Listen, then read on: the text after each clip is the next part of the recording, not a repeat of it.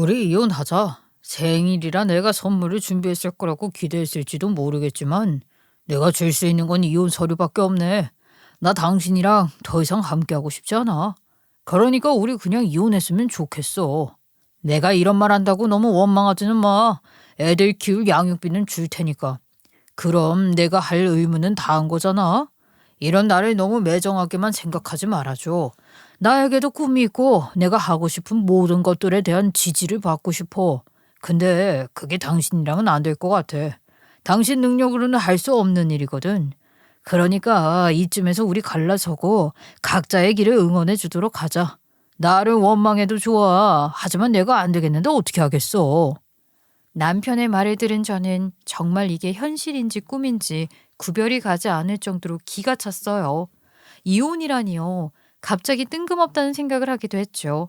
솔직히 말해서 지가 뭐 얼마나 대단한 거라겠다고 제가 도움을 줄 수 없다면서 이혼을 하자고 하는 건지도 이해가 가지 않았고요. 결혼까지 한 마당에 직군 펼치겠다고 말도 안 되는 소리를 하면서 이혼을 하자고 욕을 하는 남편이 정상적인 사람으로 보이세요? 겨우 이딴 말이나 하려고 나오자고 한 건가 싶더라고요. 그날은 제 생일이라고 남편이 우리 둘이서만 데이트를 하자고 제안을 해서 아이도 일부러 친정에 맡기고 나온 날이었거든요. 진짜 황당하죠? 생일날 그것도 분위기 딱 잡고 호텔에서 식사를 하면서 이혼 이야기를 꺼내다니. 저는 정말 전혀 예상하지 못했기 때문에 어안이 벙벙할 정도였어요. 사실 좀 귀찮았거든요. 밖에 나와서 밥을 먹는다는 게요. 그리고 또 제 생일이니까 아들이랑 함께 축하 파티를 해야 한다고 생각을 했어요. 애들이 또 케이크 먹는 것도 좋아하고 촛불 끄는 것도 좋아하니까 같이 그냥 집에서 음식 시켜다가 조촐하게 생일 축하 노래나 부르려고 했었거든요. 그래서 남편한테 왜 당신이랑 둘이서 데이트를 하냐고 계속 거절을 했는데 남편 놈이 하도 조르니까 아유 알겠다고 하고 나온 날이었거든요. 최근에 남편이랑 별로 대화도 없었고 뭔가 같이 하는 것도 전혀 없었거든요.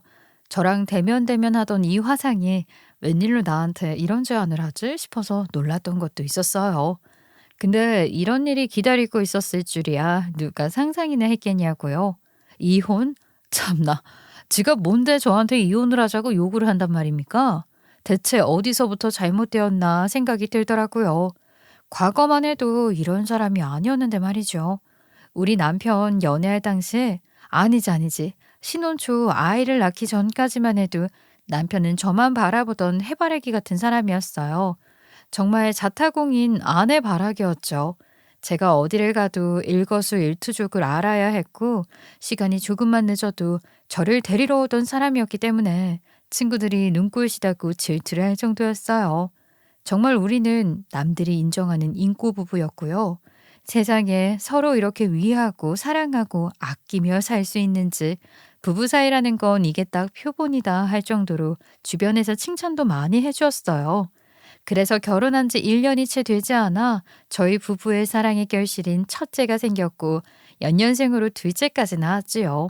하필이면 둘째를 낳고 제가 호르몬 문제로 살이 많이 찌면서 우리가 조금 소홀해지기 시작했지만 그래도 나름 육아에 치여 살면서 남편이랑 같이 대화도 많이 하고 어떻게든 이겨내보려고 노력을 했어요.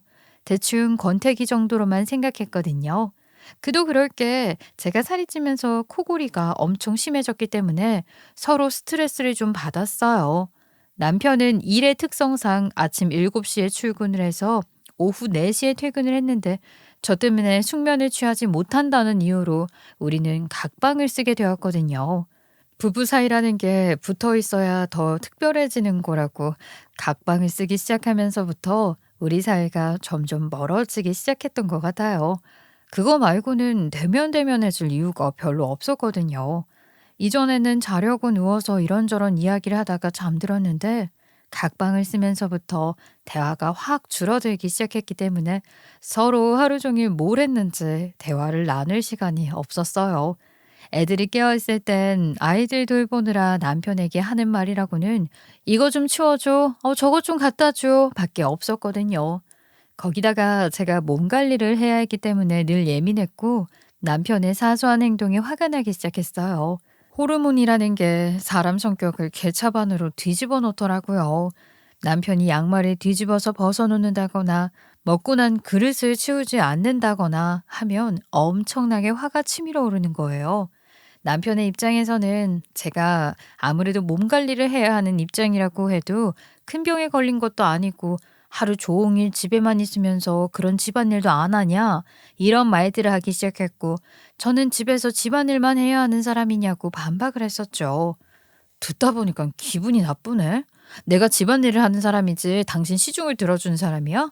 아니지. 집안일도 부부가 같이 해야 하는 건데 당신이 외벌이로 돈을 벌어오니까 내가 도맡아서 해주는 거라고.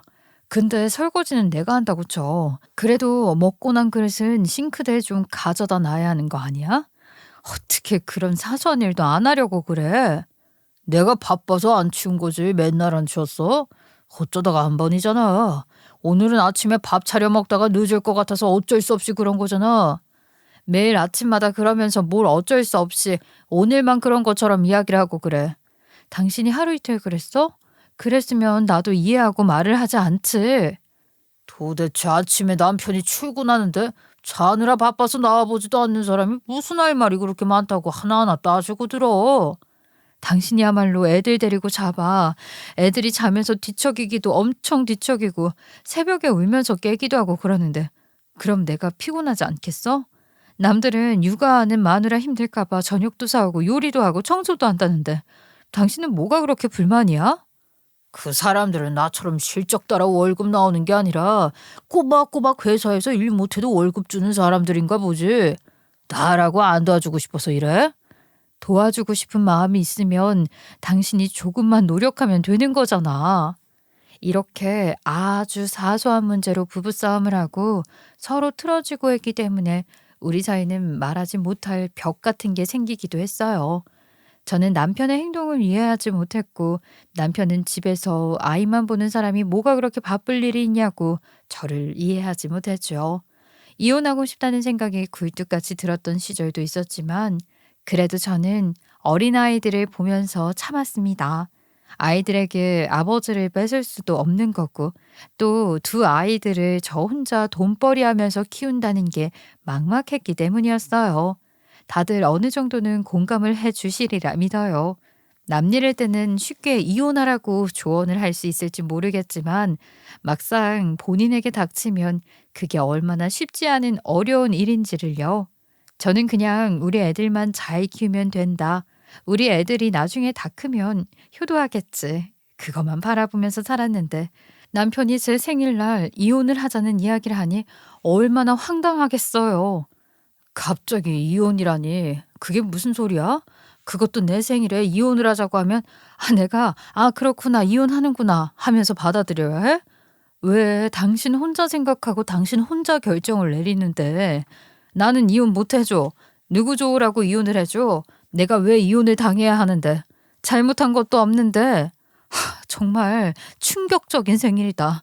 태어나서 지금까지 생일날 이런 이야기를 들어볼 거라 생각도 못 했는데 남들한테도 일어나지 않을 법한 일이잖아. 어떻게 생일날 이혼하자고 말을 해. 당신이 배려 없는 사람이라는 건 알고 있었지만 이건 선을 제대로 넘은 거지. 내가 오죽하면 당신 생일날 이렇게 밥까지 먹어가면서 이혼하자고 말을 하겠어? 그냥 당신이랑 사는 게 지겨워. 우리 결혼 생활 10년을 유지하면서 늘 생각했던 일이었다고. 당신이랑 각방을 쓰게 된 그날부터 지금까지 나는 쭉 외로웠고 이 집안에서 나를 반겨주는 사람이 없다는 생각을 했다고. 그런데도 내가 당신이랑 계속 살아야 해? 당신도 내 생각을 조금만 했더라면 내가 이혼을 생각하고 있다는 거 눈치챘을 거야. 근데 전혀 몰랐잖아. 그게 우리 부부의 한계인 거라고. 한계고 나발이고 다들 그렇게 살아. 애 키우면서 애만 보고 사는 거지. 부부가 사랑하는 시간이 얼마나 갈 것 같아? 다들 정 때문에 못 헤어지는 거야. 애 때문에 못 헤어지는 거고. 다른 날도 아니고 생일날 마치 나랑 데이트하고 싶어서 안달난 사람처럼 굴더니만 이런 이야기 하려고 그런 거야? 뒤통수 제대로 맞았네. 그래, 생일날 굳이 이혼 이야기 한 건 미안한데 지금 아니면 당신이랑 단둘이 이야기할 시간이 언제 있겠어. 오죽하면 내가 이랬겠니. 그리고 뭐 부부간의 정? 참나, 그 정이 더 이상 나한테는 남아있지 않다고. 연애 1년하고 결혼한 이후로 우리가 각방 쓰면서 생활한 시간이 더 길다는 거 몰라서 그래? 그런데 우리가 무슨 정이 남아있겠어? 각방이 문제면 같이 방 써. 그러면 되잖아. 당신이 내가 살쪄서 코 곤다는 이유로 각방 쓰자고 해놓고 이제 와서 정이 떨어졌다, 나랑 같이 사는 게 재미없다고 말할 자격이 되는 거야? 애초에 각방 쓰자고 말을 한 것도 당신이었고 나랑 대화하기 싫다고 매번 짜증냈던 것도 당신이었어. 근데 지금 누구한테 뭘 뒤집어 씌우는 거야? 솔직하게 말하면 나는 이 집안에서 그냥 돈 벌어오는 기계 같아. 당신이랑 같이 살면서 즐거운 것도 없고 매번 월급날만 기다리는 당신 꼴 보기도 싫다고. 하나하나 정이 다 떨어져서는 이제 얼굴 보고 밥 먹으면 밥맛이 뚝뚝 떨어지는데 이 상태로 어떻게 같이 살아? 당신이야말로 나랑 결혼 생활 유지하겠다고 말하는 거 그 욕심이고 이기적인 행동인 거야. 당신이 나에 대한 정이 조금이라도 남아있으면 이혼해 주라고. 내가 왜 이혼을 해줘야 하는데? 그럼 재미있는 일을 하려고 노력을 해보던가. 내가 어딜 가자 뭘 하자 해도 매번 귀찮다고 애들이랑 다녀오라면서 카드 쥐어준 건 당신 아니었어? 당신이 애들 생일날 애들 데리고 놀이공원이라도 한번 가줬어? 매번 주말에는 사람 많다, 지금 가면 줄만 두세 시간 기다리다가 오는 거다 하면서 한 번을 안 갔잖아. 그래놓고 이제 와서 정 떨어져서 같이 밥 먹기도 싫다고? 야, 말이면 단줄 아냐? 평일에 내내 일하고 주말까지 그렇게 노동을 해야 해? 아, 나한테 쉬는 시간 하나 못 주냐고. 당신은 맨날 집에서 놀고 먹으면서 말이야. 아휴, 말해봐야 뭐해. 입만 아프지. 그냥 그런 게 싫다고 다 싫다고. 나는 지금처럼 살 자신도 없고 앞으로도 그럴 생각이 없다고. 그러니까 이혼하자고. 진짜 무책임한 소리 하고 있네. 당신 아이야. 나 혼자 낳은 아이들이 아니라 당신 피가 섞인 애들이라고. 아직 초등학교 저학년인 애들을 데리고 뭘 하기가 싫어서 어디 가고 싶은 마음이 없어서 이혼하자고 하는 건 너무 무책임한 짓이지. 그러고도 네가 사람이니? 지가 싸질러 놓은 일에 책임을 질 생각은 하지도 않고 그냥 갈라서자고 말만 하면 장땡이야? 그냥 사람 안 할게. 나는 애들을 키우면 안 되는 인간이었나 보다 하고 말게. 그러니까 진짜 이혼하자. 당신이랑 나랑 서로 행복해질 수 있는 기회 아니야? 당신은 가정에 충실할 수 있는 사람 만나서 재혼해. 그러면 되잖아. 이제는 나한테 집착 좀 그만하고 나를 놓아주었으면 좋겠어. 진짜 말 쉽게 한다. 나한테 애들 둘 다 떠넘기듯이 넘겨놓고 너는 돈 주면 그만이라고 생각하는 거지? 나한테 다른 사람 만나라고? 너 그게 현실적인 이야기인 것 같아? 그럼 어떻게 해? 당신이랑은 죽어도 더 못 살 것 같은데 나라고 이런 이야기를 하는 게 쉬운 줄 알아? 어려운 일이었어. 내가 오죽하면 당신 생일에 애들 두고 나와서 이런 이야기를 하겠냐고. 내 입장도 좀 생각해주면 안 돼? 갑자기 이혼을 하자는 놈한테 내가 뭘 이해하고 생각을 해. 애들 떼어놓고 둘이서 데이트를 하자고 하길래 이 인간이 웬일인가 싶었지. 애들 두고 나오면서 미안한 마음 가졌던 내가 너무 바보 같고 미련스럽다. 나는 이혼 못 해주니까 그런 줄 알아. 당신이 뭘 잘했다고 이혼을 해달래? 잘한 거 하나도 없고 앞으로도 잘할 생각이 없으니까 제발 이혼하자고. 내가 이렇게까지 매달리는데 당신이 이혼 못 해주겠다는 이유도 모르겠어. 내가 이렇게 이야기를 하면 당신도 정 떨어져서 이혼 생각해야 하는 거 아니야? 아, 나한테 무슨 미련이 그렇게 남아서 이혼을 못 하겠다는 건지 이해가 안 되네. 미련? 그런 거 없어. 그냥 당신이 지금 하는 행태가 너무 마음에 들지 않아서 이혼 못 해주겠다는 건데? 어디 한번 잘 생각해봐. 당신이 과연 나한테 이혼을 이야기할 수 있는 처지가 되나? 당신이 양심이 있으면 나랑 애들 버리고 그런 말을 하는 것 자체가 잘못되었다는 걸 깨닫게 될 거야. 저는 그 비싼 호텔밥을 먹다 말고 그대로 나왔어요. 그리고는 집에 들어가지 않고 한참을 생각하게 되었습니다. 남편이랑 저랑 연애할 때만 해도 모두의 부러움을 샀었는데 세월이라는 게 이렇게 무색한 건가 싶은 생각이 들더라고요. 우리가 결혼을 하겠다고 양가에 인사를 드리러 갔을 때의 기억부터 어제까지의 일들이 주마등처럼 스쳐 지나가는데 너무나도 열불이 터지는 게 아니겠어요? 지가 감히 저한테 이혼을 이야기할 수 있는 건지. 저는 결국 그날 밤늦게서야 집에 들어갔고 남편은 이미 방에서 잠이 들었는지 신발만 덩그러니 있더라고요. 아이들은 저희 부부가 데이트를 한다고 했으니 친정에 맡겨둔 상황이었거든요. 제 생일이랍시고 남편이 외식을 하자고 나가자고 했다고 했잖아요. 남편이 은근히 호텔에서 밥을 먹자고 말을 했던 터라 저는 혹시 호텔에 룸을 잡아놨었나 싶었어요. 김칫국 제대로 마신 거죠. 애들만 덩그러니 집에 두고 갈 수 없으니까 친정 부모님께 잠깐 맡기자고 이야기를 했었는데 남편이 그러면 아예 친정 부모님께 하룻밤 재워달라 하면 어떠냐 하더라고요. 그때 저는 이 인간이 진짜 호텔 룸을 잡았구나 하는 생각을 했죠.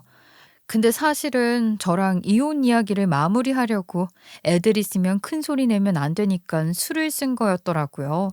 친정 부모님은 제가 데이트를 한다고 말을 했으니까 부부가 좋은 시간 보내려고 그러는구나 싶어서 냉큼 아이들을 맡아주셨는데 실상은 그게 아니었던 겁니다. 이혼 이야기를 어떻게든 끝마치려는 계획이었다니 배신감도 엄청 느껴졌어요.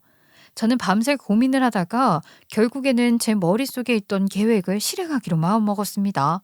남편에게는 이혼을 못 해준다는 식으로 이야기를 했지만 사실은 모른 척 했을 뿐이었지 언젠가는 남편이 저에게 이혼을 하자고 이야기를 할 거라 생각을 했었거든요. 이렇게 빠르게 말을 할 줄은 꿈에도 몰랐지만 말입니다. 제가 그동안 꾸준히 생각해왔었던 계획을 앞당겨야겠다고 마음을 먹었어요. 이게 다 무슨 일인가 싶으시죠? 지금부터 천천히 이야기를 해드리겠습니다. 저는 다음날 평소에는 잘 가지 않는 미용실에 가서 메이크업도 받고 머리도 세팅을 하고 마음속에 품어두고 있었던 곳을 찾아갔어요. 어찌나 가슴이 두근두근 거리던지 제 인생의 가장 큰 이벤트라고 생각이 들었죠. 그곳이 어디였냐 하면 바로 남편의 상간녀가 일을 하고 있는 직장이었습니다. 갑자기 남편의 상간녀가 무슨 소리인지 싶으시죠? 사실 저 이 사실을 2달 전에 알았어요. 남편이 바람을 피우고 있다는 사실을 말이죠. 2달이나 이 사태를 잠자코 지켜보면서 참고 있었다는 게 정말 대단하죠. 저 완벽하게 복수를 해주고 싶은 마음이 있어서 당장이라도 남편 놈의 머리 끄덩이를 잡고 싶었던 것을 꾹꾹 눌러 참고 있었답니다. 제 인내심에 박수를 쳐주고 싶네요. 사실 우리 남편은 헬스장에서 일을 하는 헬스 트레이너였어요. 아침에 7시 오전반부터 개인 PT가 있었고 오후 4시까지 일을 했거든요. 그래서 오전 시간에 시간 많은 주부들은 물론이고 아침 이른 시간에 운동을 하러 온 직장인들 PT도 봐주고 그랬었어요. 그 뒤로는 개인 운동을 하거나 아니면 PT 일정이 밀린 회원들 운동을 봐주거나 하곤 했었죠. 근데 헬스 트레이너들이 다 그런 건 아니지만 저희 남편은 참 웃기게도 오전에 보통 주근무를 하다 보니까 아줌마 고객들을 유치하기 위해서 마치 유사연애를 하는 것처럼 회원들 일거수일투족을 신경 쓰고 챙기고 하는 짓을 하고 있었거든요. 아줌마들 외롭잖아요. 결혼 생활 10년 차 넘어가면 솔직히 남편이랑 알콩달콩한 것도 없고 마음 붕 뜨고 자식 키우는 거 하나만 생각하고 살지. 누가 뭐 남편이랑 여보 자기 하면서 매 시간마다 뭘 하는지 보고 싶다 사랑한다 이런 이야기 하면서 살겠어요. 뭐 우리 남편 아주 기가 막히게 그런 틈을 파고들었던 거죠. 아침에 회원님 오늘 하루 잘 보내세요부터 시작을 해서 뭐 먹었어요? 잠은 잘 잤어요? 이런 식으로 연락을 계속해서 이 회원을 자기 회원으로 꼬시는 거예요. 그러니까 유사연애하면서 아줌마들 마음을 들쑤셔서 자기 고객으로 쏙 끌고 오는 게 영업 방법이었다 이 말입니다. 평생 자기한테 PT를 받게 만드는 수법 중 하나라고나 할까요? 어느 누가 자기 남자친구가 아줌마들한테 회원님 보고 싶으니까 운동하러 오세요. 이런 말 하는데 그냥 넘어갈 수가 있겠어요? 저도 당연히 못 참았었죠.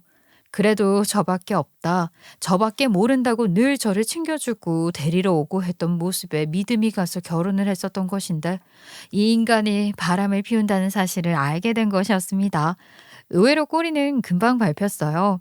남편의 회원 중에 이혼을 한 여자가 하나 있었는데 남편에게 개인 PT를 받으면서 엄청나게 친해지게 된 것이었죠. 저도 아주 우연한 기회로 남편의 휴대폰에서 그 여자랑 나눈 문자 메시지들을 보고 남편에게 난리를 친 적이 있었어요. 남편이 발뺌을 하면서 그저 매번 하는 고객 유치일 뿐이다 하며 넘어갔거든요. 여보, 이 문자 메시지 뭐야? 오늘 하루는 어땠나요? 저는 강사님 생각하면서 보냈어요? 아니, 지금 회원이랑 이런 연락을 하는 게 말이나 돼?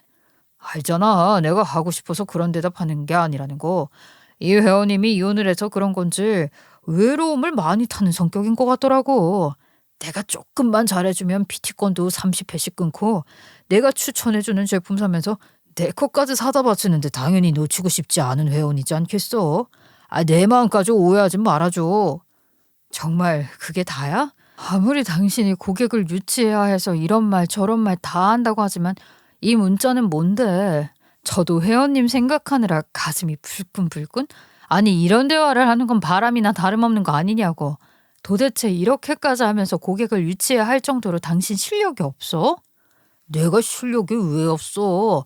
아, 실력이 있으니까 회원들도 줄줄이 나한테 PT 받는다고 하는 거지. 그게 아니라 요즘 워낙 헬스 트레이너라고 개나 소나 붙여서 일을 하니까 자리가 좁아진 건 맞는 말이지. 나도 노력을 해야 하지 않겠어. 요즘 헬스 트레이너들 보면 다들 20대야. 나는 40대잖아. 그만큼 노력을 해야 한다고. 젊은 사람들이나 남자 고객들을 유치하면 되지. 아이, 왜 굳이 이혼요? 그것도 40대 여자들한테 이러는 건데 당신 생각이 불손하다는 생각밖에 안 들어. 벌써 연애 때부터 내가 몇 번을 참았는데 아직까지도 이러고 있는 거야? 당신이 이런 짓 안 해도 요즘은 운동하려는 사람들은 다 자기 맘 잡고 운동한다고. 아, 진짜 의처증도 아니고 왜 그래? 남자 고객들은 돈이 안 돼. 걔네는 PT 네다섯 번만 받고 지들 스스로 운동하는 애들이라니까. 여자 고객들이 돈이 되는 법이라고. 그리고 여자 고객 유치하는 데는 이 방법만큼 기가 막힌 것도 없다니까. 남편은 절대 바람 아니라며 저한테 의부증 난리를 치면서 그런 생각하지도 말라고 오해받는 게 기분 나쁘다고 했어요. 근데 평소 같으면 그냥 유사연애로 치부하고 넘어가겠는데 이 이혼한 회원이라는 여자랑은 좀 다른 것 같더라고요. 의심이 꼬리를 물었고 이대로 그냥 넘어가면 안 된다는 생각에 남편이 모르는 아들 친구 엄마를 꼬셔서 헬스장에 등록을 시켰다 이 말입니다. 그리고서는 제 남편 좀 지켜봐 달라고 부탁을 했어요. 그리고 제대로 먹혔죠. 우리 남편은 아들 친구 엄마의 얼굴을 몰랐거든요. 왜냐면 이 인간이 헬스장, 집 이렇게 두 군데 말고는 다니지 않았으니까요. 바람을 피우면 거기서부터 시작이지 않겠나 싶은 합리적인 의심이 들었던 거지요. 아들 친구 엄마는 저랑 공통점도 많고 서로 생각도 잘 통하고 무엇보다 입이 정말 무거운 사람이라서 믿을 만한 사람이었어요. 안 그랬으면 제가 제 치부가 드러날지도 모르는 일인데 부탁 자체를 하지 않았겠지요. 아무리 바람이 의심되고 눈이 돌았어도 제 인생은 챙겨야 하는 법 아니겠어요? 아무튼 아들 친구 엄마는 이런 일 한 번쯤은 해보고 싶었다면서 열과 성의를 다해서 제 남편이 헬스장에서 무슨 짓을 하고 다니는지 하나하나 사진을 찍어 주었습니다. 다른 회원들에게 PT를 할 때는 정말 정석으로 가르쳐 주었는데 문제의 그 이혼녀를 가르칠 때는 말이에요.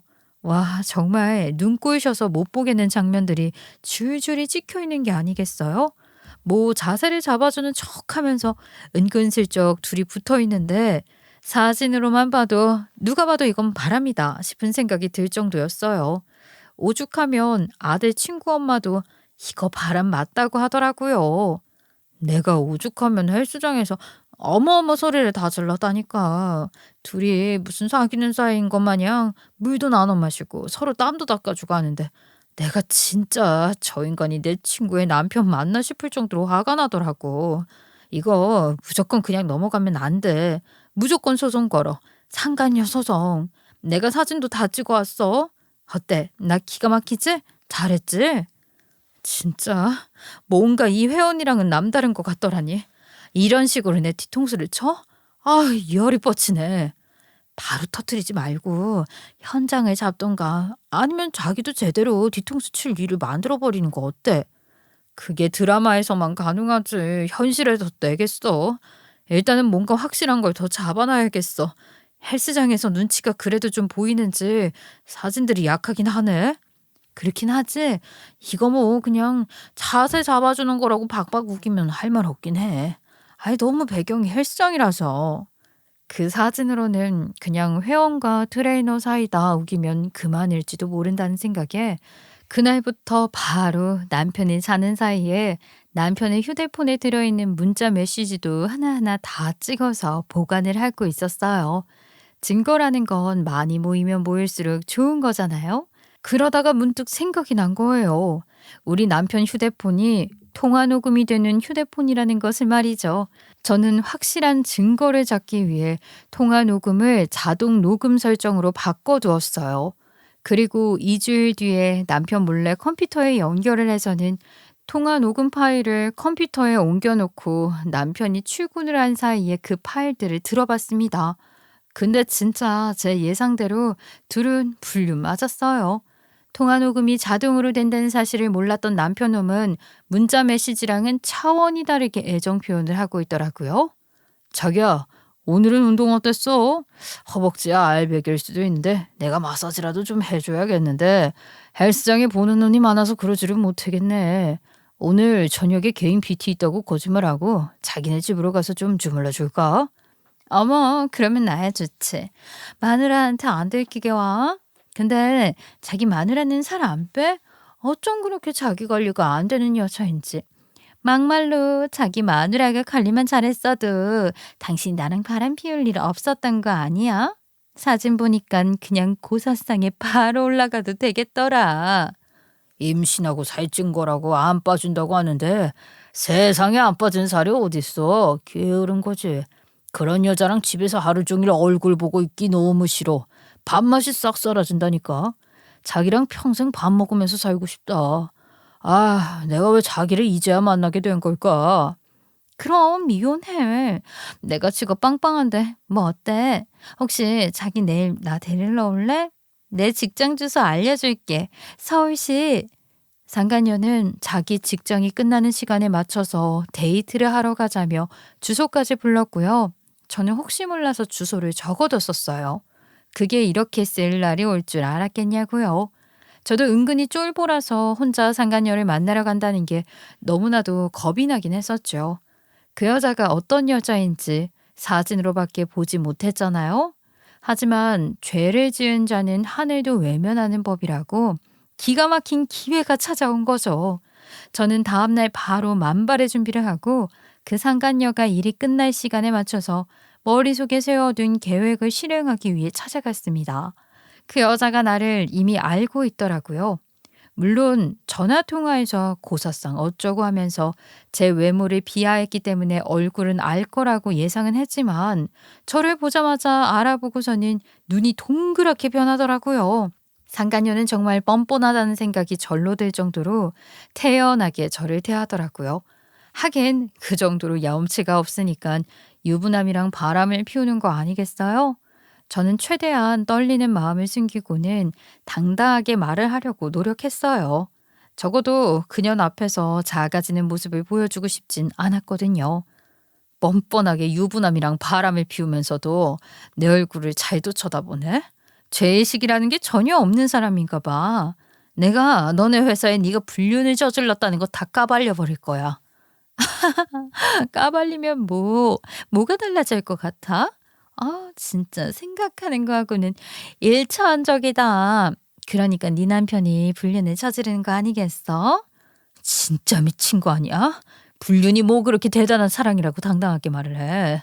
너네는 남들에게 손가락질 받아도 마땅한 것들이라고.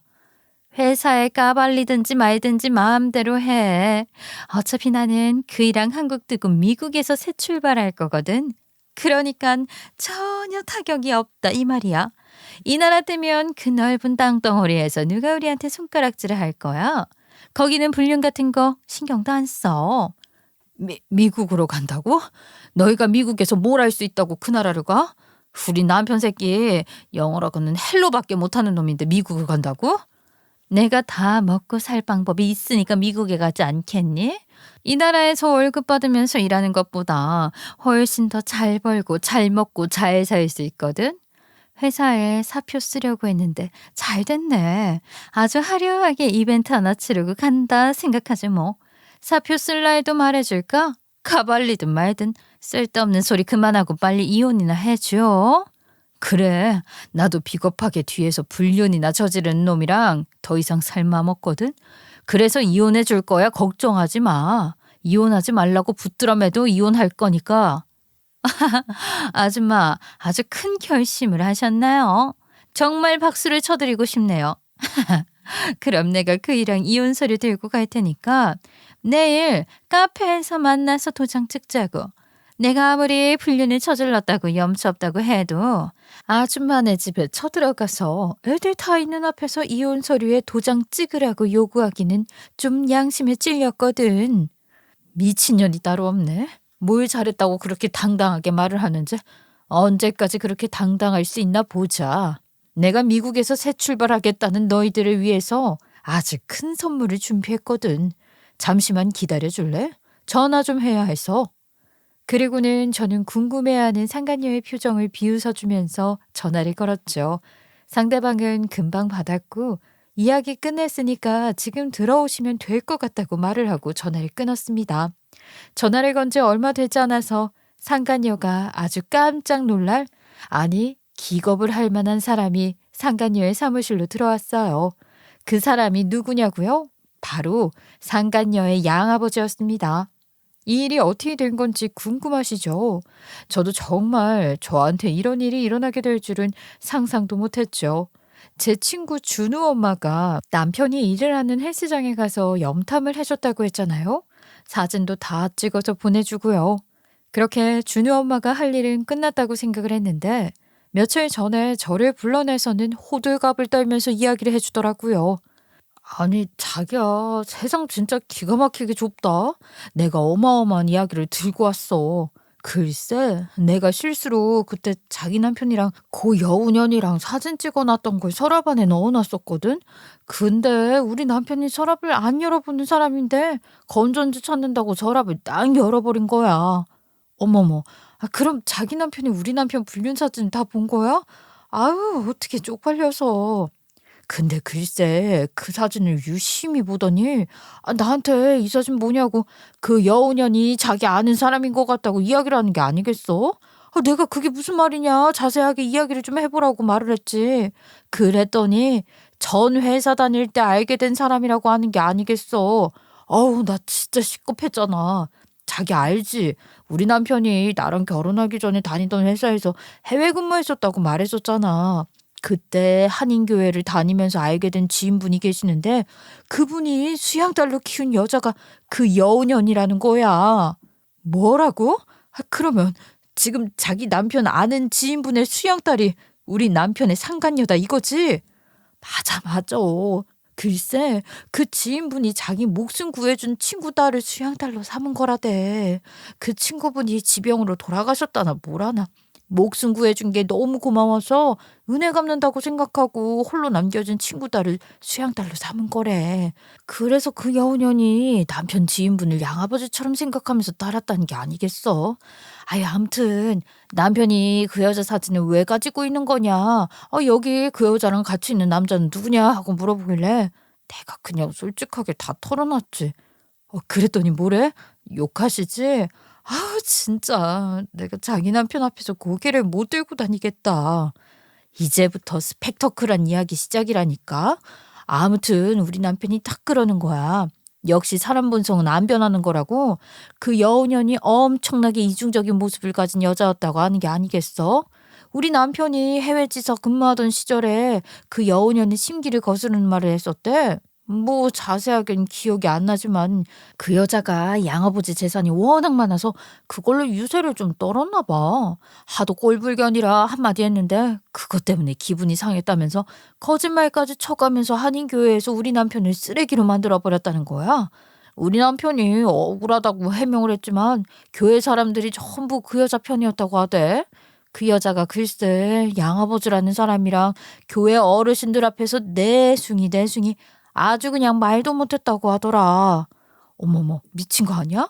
그러면 지금 사람들 앞에서 자기 남편이 이간질해가지고 곤란하게 만들었다는 거야? 와, 진짜 대박이다. 그뿐이게 어쩔 수 없이 우리 남편이 울며 겨자 먹기로 무릎까지 꿇고서는 교회 사람들 앞에서 그 여자한테 사과를 하고 용서받았다지 뭐야. 남편도 엄청 자존심 상했지만 그 양아버지라는 분이랑 교회 지인들이 비즈니스적으로 중요한 사람이라서 어쩔 수 없었다고 하더라고. 남편이 미국에서 알고 보내던 지인이 하는 말을 나중에서야 전해 들었는데 그 여우년이 글쎄 온갖 사람들 앞에서 내숭 떨던 거랑 지저분하게 이중생활하던 걸 양아버지한테 들켰다고 하더라. 그래서? 그래서 쫓겨나기라도 한 거야? 그것 때문에 미국에서 한국으로 들어온 건가? 그런 거 봐. 양아버지라는 사람이 엄청 실망해서 의절당하고 그때 뭐 미국에서 결혼을 했었는데 그 남편이랑도 이혼을 했다고 하더라고. 근데 또 기독교는 이혼하면 죄라고 하잖아. 양아버지라는 분이 엄청나게 독실한 기독교 신자라 이혼하고 그런 걸 못 보겠다고 했나 봐. 그래서 그 여우년이 한국으로 들어와서 몇 년 동안 지내면서 반성하는 척하고 자기 회개했다고 하면서 양아버지한테 구구절절 편지도 보내고 전화도 하고 그랬다나 봐. 양아버지라는 사람이 결국 다시 받아주기로 했다나? 그래서 조만간 미국으로 돌아간다고 어쩐다 저쩐다 했다는 거야. 진짜 대박이지 않아? 세상 너무 좁아서 소름 돋았잖아. 그 여우년하고 우리 남편하고 아는 사이라니. 진짜 대박이다. 근데 이 얘기 들으면서 나도 좋은 생각이 하나 떠올랐거든? 혹시 그 상간녀한테 엿을 제대로 한번 먹이고 싶은데 자기가 좀 도와줄 수 있어? 어차피 자기 남편도 내 남편이 바람난 거 다 아는데 그거 다 아는 사이에 내가 뭐 부끄러울 게 있겠나 싶다. 복수 한번 제대로 하는 게 중요하지. 당연히 내가 도와줘야지. 어떻게 도와주면 되는데? 혹시 아직 그 자기 남편분이 그 상간녀 양아버지라는 사람이랑 연락이 가능한가? 어머머, 너무 확실한 방법이다. 내가 한번 물어볼게. 우리 그이도 말이야. 그 여우년한테 당한 게 아직도 분한지 말하면서 막 부들부들거리더라고. 내가 말 전해줄게. 그이도 엄청나게 좋아할 거야. 그러더니 딱 하루 지나서 상간녀의 양아버지라는 분의 연락처를 받게 되었어요. 아직도 준우 엄마의 남편분이랑 사업적으로 연락을 하고 지내고 있다고 하더라고요. 저에게는 천운이나 다름없었죠. 저는 그 양아버지라는 사람에게 지체하지 않고 연락을 드렸어요. 처음부터 끝까지 제가 아는 모든 사실을 낱낱이 고하고 제가 가지고 있는 증거들을 하나하나 보내드렸지요. 상간녀가 제 남편과 불륜을 저지르고 있다는 통화 녹음부터 사진까지 하나도 빼먹지 않고 전송을 했습니다. 그러자 상간녀의 양아버지라는 분이 배신감과 충격으로 몸서리를 치시더라고요. 내가 정말 기가 막혀서 무슨 말을 해야 할지 모르겠구먼. 나한테는 유부남이라는 것을 말하지 않았어. 전혀 몰랐다고. 그저 한국에서 자기가 방황하고 있을 때 바른 길로 지도해준 사람이라면서 운동도 같이 하고 건강하게 몸도 마음도 키워가고 있다고. 건실한 사람이라고 했다고. 근데 불륜? 정신을 못 차려도 아직 한참을 못 차렸구먼. 아이고, 제가 정말 죄송합니다. 오냐오냐 어려움 없이 키웠더니 정말 죄송합니다. 제가 조만간 한국에 들어갈 일이 있는데 그때 제가 선생님 앞에서 그 기집애가 싹싹 빌게 무릎 꿇게 만들겠습니다. 언제 한국에 들어오시는데요? 저도 일정은 알고 있어야 이 불륜 남녀에게 제대로 터뜨릴 수 있을 것 같아서요. 그런데 그 타이밍이 말이죠. 너무 기가 막히게도 제 생일쯤이더라고요. 그 말은 무엇이다? 제가 생일이 지난 뒤에 터뜨리려고 했다 이 말입니다. 근데 제 생일날 무슨 일이 있었죠? 남편놈이 배은망덕하게도 먼저 이혼을 하자고 터뜨리지 않겠습니까? 아마 양아버지께서 한국에 온다는 이야기를 듣고 저랑 이혼을 한 뒤에 인사를 드리고 미국으로 건너갈 계획이었었나 봅니다. 저는 한 번 더 그 연놈들의 머리 꼭대기 위해서 생각을 했죠. 남편이 이혼을 말한 날 곰곰이 생각을 정리하다가 깨달았어요. 다음날 상간녀 만나러 갈 때 상간녀 양아버지도 부르면 되겠다 싶더라고요. 다행히 그분도 그때 시간이 되신다대요. 어쩜 이렇게 제 계획대로 착착 흘러가는지. 왜 내가 등장하니까 놀랐냐? 어찌 그리 뻔뻔하게 불륜을 저질러 놓고서는 나를 속여먹을 생각을 하고 미국으로 들어오려고 해? 너랑은 더 이상은 안 되겠다. 너랑 의절하마. 이제는 편지를 쓰고 전화를 해도 안 받아줄 거다. 미국에 들어와서 너네들 사업하는 거 투자하겠다는 것도 당연히 취소고, 너네가 살집 구해둔 것도 계약 파기할 거다. 내가 미국에 들어가서 모든 걸 다 정리해버릴 거야. 아니, 아버지가 여기는 어떻게 알고 오셨어요? 아니에요, 아버지. 지금 오해하시는 거예요. 저 여자랑 그이랑 진작에 끝이 났는데 저희 두 사람이 잘 사는 꼴 보기 싫다고 지금 강짜 부리는 거라고요. 저 여자가 하는 말 다 거짓말이에요. 내가 모든 사건의 전말을 다 듣고 왔는데도 내 앞에서 지금 그런 뻔한 거짓말을 하는 게야? 너는 내 자식 아니다. 너랑은 끝이라고. 앞으로는 나한테 아버지라고 부르지도 말고 나랑 인연을 이어갈 생각도 하지 마. 저 잘못했어요, 아버지. 그 사람이 싫으시면 제가 결혼 안 할게요. 같이 미국에 안 들어갈게요. 저만이라도 제발 미국으로 걷어주세요. 저 미국에 다시 가고 싶어요. 제 친구들도 다 거기 있잖아요. 저 이제 정말 마음 다 잡고 바르게 살게요, 아버지. 제발요. 꺼져라. 그 친구들도 전부 내 인맥으로 이루어진 친구들 아니겠니? 너는 빈 껍데기밖에 없다 이 말이야. 괜히 시간 버리지 말고 여기서 너 알아서 살도록 해. 미국에는 올 생각하지 말라고. 상한녀는 완전히 절망해서 울고불고 난리를 치면서 잘못했다고 다 정리하겠다고 제발 받아달라고 애원을 했죠. 솔직히 상간녀 양아버지 아니면 개털이나 다름없는 여자거든요.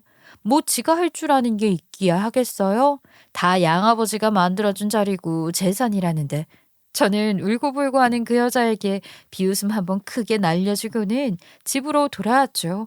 쿨하게 이혼을 하겠다고 서류에 사인을 딱 하고서는 그날 바로 집에서 방 빼고 애들 데리고 친정으로 와버렸어요. 죄다 남편이 일하러 헬스장에 간 사이에 벌어진 일이었죠. 남편 놈이요? 당연히 연락 겁나 왔지요. 야, 너 도대체 무슨 짓을 하고 다닌 거야? 곱게 이혼만 해주면 됐지. 이혼하기로 마음까지 먹었으면 내 앞길은 막지 말아야지. 이런 식으로 초르치면 내 인생 어쩌냐고. 왜? 네 밥그릇 네가 알아서 챙겨. kum이 있네 어쩌네 하더니 그게 전부 그 여자네 양아버지한테 빌붙을 계획이었던 거니? 정신 차리고 살아라. 연락하지 말고. 그 뒤로는 걸려오는 전화 전부 수신거부 눌러버렸죠. 저는 저희 부부가 살던 집에서 짐을 다 빼버리고 친정으로 간 지 한 3주 정도 흘렀을 때 딸아이가 집에서 꼭 가져와야 할 물건이 있다고 해서 곤란해졌어요. 딸아이가 친구랑 예전에 같이 쓴 교환일기를 두고 온 것 같다면서 그걸 가지고 오고 싶다고 졸랐거든요. 짐을 대충 다 빼긴 했지만 그런 자잘한 것들은 집에 그대로 남아 있었어요. 저는 새 일기장을 사주겠다고 아니면 나중에 가지고 오자고 말을 했지만 딸아이가 남편이 그걸 보는 게 싫다면서 당장 가지고 오자고 하더라고요. 어쩔 수 없이 일기장 가지러 집으로 가게 되었지요. 남편 놈이랑 마주치기 싫으니까 일부러 남편 놈 일하는 시간에 맞춰서 갔는데 이게 웬걸요? 시어머니랑 시아버지가 집 앞에 와 있는 거예요. 딱 마주치고 말았죠. 저도 예상치 못한 일이라 당황하고 있었는데 시모는 저보고 왜 이렇게 연락이 안 되냐고 하소연을 시작하셨어요. 저야 뭐 당연히 이혼할 거니까 시어머니 연락을 피한 거였긴 했죠. 너 요즘 뭐 일 다니느라 바쁘다고 우리 아들이 연락도 하지 말라고 그래서 내가 반찬 주러 가지도 못하고 지난번에 집에 찾아갔더니 아들이 기겁을 하면서 집에 아무도 없으니까 벨 누르지 말고 반찬만 두고 가라고 하길래 뭔 일 있었나 싶었다. 이 인간이 이혼을 하겠다고 한 지 한 달이 되었는데도 아직 시댁에 말을 못한 것이었죠. 하긴 시아버지한테 무슨 소리를 들으려고 이혼했다고 그것도 불륜을 저질렀다고 말을 하겠어요? 그래도 그렇지 제가 갑자기 일을 다니느라 바빠서 그랬다고 시어머니한테 변명을 하면 제 입장이 뭐가 되냐고요. 일한답시고 연락도 하지 말라고 했다면서 저만 시어머니한테 나쁜 사람 되는 거잖아요. 남편이 괘씸한 저는 이 사실을 폭로해버렸어요. 저희 이혼했는데 이야기 못 들으셨어요? 하긴 그 인간이 뭘 잘했다고 이혼한 사실을 당당하게 말을 하겠어요. 그 인간 바람 피웠어요. 그것도 이혼녀랑. 한 번 이혼을 한 여자인데 애는 없다고 하더라고요. 그 여자한테 눈이 돌았는지 저한테 친권 양육권까지 다 넘기고 이혼을 해주겠다고 하더라고요. 뭐야? 이혼을 해? 그 새끼가 바람을 피웠다고? 아이고 미친놈 아니야. 당장 그 여자랑 집으로 오라고 해. 결국 시아버지가 길길이 날뛰고 시어머니는 남편하고 연락해서 상간녀 데려오라고 하고 결국 전부 다 집에 모이게 되었습니다. 이게 얼마나 웃긴 꼴인지요. 이혼을 하기로 한 마누라, 상간녀, 그리고 시부모까지 다 같이 있으니까 어우 진짜 소름 돋더라고요. 야, 네가 여기 왜 있어? 무슨 낯짝으로 여길 찾아오고 난리야? 아이씨, 너 때문에 우리 부모님이 다 알게 됐잖아. 아직 이혼하기로 했던 거 말씀 안 드렸니? 나 귀찮은 거 싫어서 내가 말씀드렸어. 아 진짜 미친 거 아니야? 그걸 네가 뭔데 말을 해? 내가 알아서 타이밍 보고 말을 하려고 했는데. 그럼 내가 이 집 며느리도 아닌데 며느리 노릇을 해야겠니? 저 여자가 제가 말한 그 여자입니다. 앞으로는 저 여자한테 며느리 돌이 다라고 하시죠. 그 말에 시어머니 뒤로 넘어가고 시아버지는 침까지 흘려가시면서 분노를 표출하시더라고요. 근데 글쎄 그게 너무 사이다지 뭐예요? 시아버지 성격이 진짜 장난 아니게 깐깐하시거든요. 시어머니조차 시아버지 성격 못 맞추겠다고 넘더리를 낼 만큼 말이죠. 저는 중간에 몸이 아팠던 적이 있어서 그 뒤로는 시아버지가 저를 덜 들들 볶았는데 과연 불륜녀 며느리한테도 간대할까요? 그럴 리가 없지요. 그래 너 잘 걸렸다. 네가 새 며느리라고.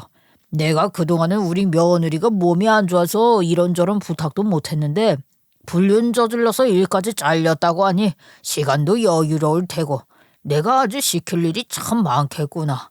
내 며느리라면 그 정도는 해야지. 앞으로는 네가 내 수발 들어라. 내 마누라가 말이야. 나이가 들어서 내 수발 들기 아주 힘들어하는데 잘 됐어. 그러면서 시아버지는 앞으로 병원에 같이 갈 것, 약 먹을 시간마다 꼬박꼬박 전화할 것, 아침 문안 인사드리고 일주일에 2번 이상 시댁에 방문할 것, 집에서 놀면 뭐하냐, 상가에 채소 가게라도 내서 장사해서 돈 벌어라. 아주 그냥 며느리 입장에서 들으면 기함할 만한 이야기를 꺼냈어요. 그걸 저보고 다 하라고요? 아니 저는 그냥 이 사람이 좋아서 만난 거지 이 집에 종이 될 생각은 없는데요. 하나뿐인 아들 이렇게 키워놨는데 우리도 며느리에게 효도받아야 하지 않겠니? 우리 아들이 이전 며느리랑 같이 살던 집 우리가 해준 거다. 전부 다 우리 돈으로 한 거나 마찬가지 아니겠니? 너네 집 우리가 해줬는데 이 정도도 효도도 못 받아? 그럼 집값 내놔. 오늘부터 내 며느리로 인정해 줄 테니 앞서 말한 것들 다 지키도록 해. 하나라도 못할 시에는 집값 물게 될 줄 알아. 그러더니 오늘 저녁은 새 며느리 솜씨 좀 보자고 밥하라고 바로 앞치마 던지는 게 아니겠어요? 아이고 꼬습지 뭐예요. 우리 시아버지 성격 개 같은데 잘 걸린 거죠. 거기다가 가게에서 장사를 하라고? 매일같이 가서 딴짓을 게 뻔한데 얼마나 버틸 수 있겠냐고요. 며느리 대접받고 싶으면 효도하는 말에 상간녀가 남편 째려보는데 둘 사이가 얼마나 갈지 궁금했어요. 저는 인사도 하지 않고 그 집을 빠져나왔고 그날 저녁 시어머니와 시아버지에게서 번갈아 가며 문자가 도착했습니다.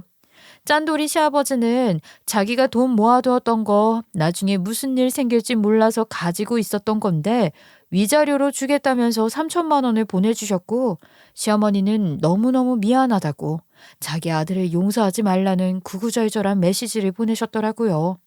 감히 저를 버리고 잘 살 수 있겠냐 하는 마음이 들었죠. 앞으로 누가 웃게 될지 지켜보자고 생각했습니다. 근데 여기서 더한 일이 생겼지 뭐예요? 글쎄 전 남편의 불륜 사실이 헬스장에 다 퍼졌을 거 아니겠어요. 회원들 중에 유사연애를 했던 회원들이 배신감을 느끼고 대거로 헬스장을 그만둔 사람도 있었고 자기 와이프랑 불륜이었던 건 아니냐면서 상간남 소송을 건 회원들도 생긴 겁니다. 글쎄 물어주어야 하는 위자료만 4천이라지 뭐예요? 기가 막히죠. 준우 엄마가 계속 헬스장에서 동태를 살피고 있었는데 그 이야기를 전해주면서 깔깔거리더라고요. 그 바람에 상간녀가 돈까지 없는 개털인 전 남편이랑 갈라서게 되었다고 하더라고요. 하긴 지들이 전년의 사랑을 하면 얼마나 하겠어요. 전 남편은 헬스장에서도 잘리고 결국 오갈 데 없어서 시댁에 살려달라고 갔더니 시부모님이 너 같은 아들 없는데요 해가지고 오도 가도 못하는 처지가 됐다더라고요. 인과응보 아니겠어요? 지 눈에서 피눈물 흘려봐야 정신 차리지. 아무튼 고소해 주겠어요. 이래서 바람 피운 것들은 끝까지 행복할 수 없다니까요. 구독자 여러분, 저 잘했죠? 이렇게 시원하게 복수하고 나니까 살만 납니다. 앞으로도 마음에 꽁꽁 담아두지 않고 속 시원하게 눈에는 눈, 이에는 이 하면서 살아보렵니다. 제 이야기 들어주셔서 정말 감사합니다.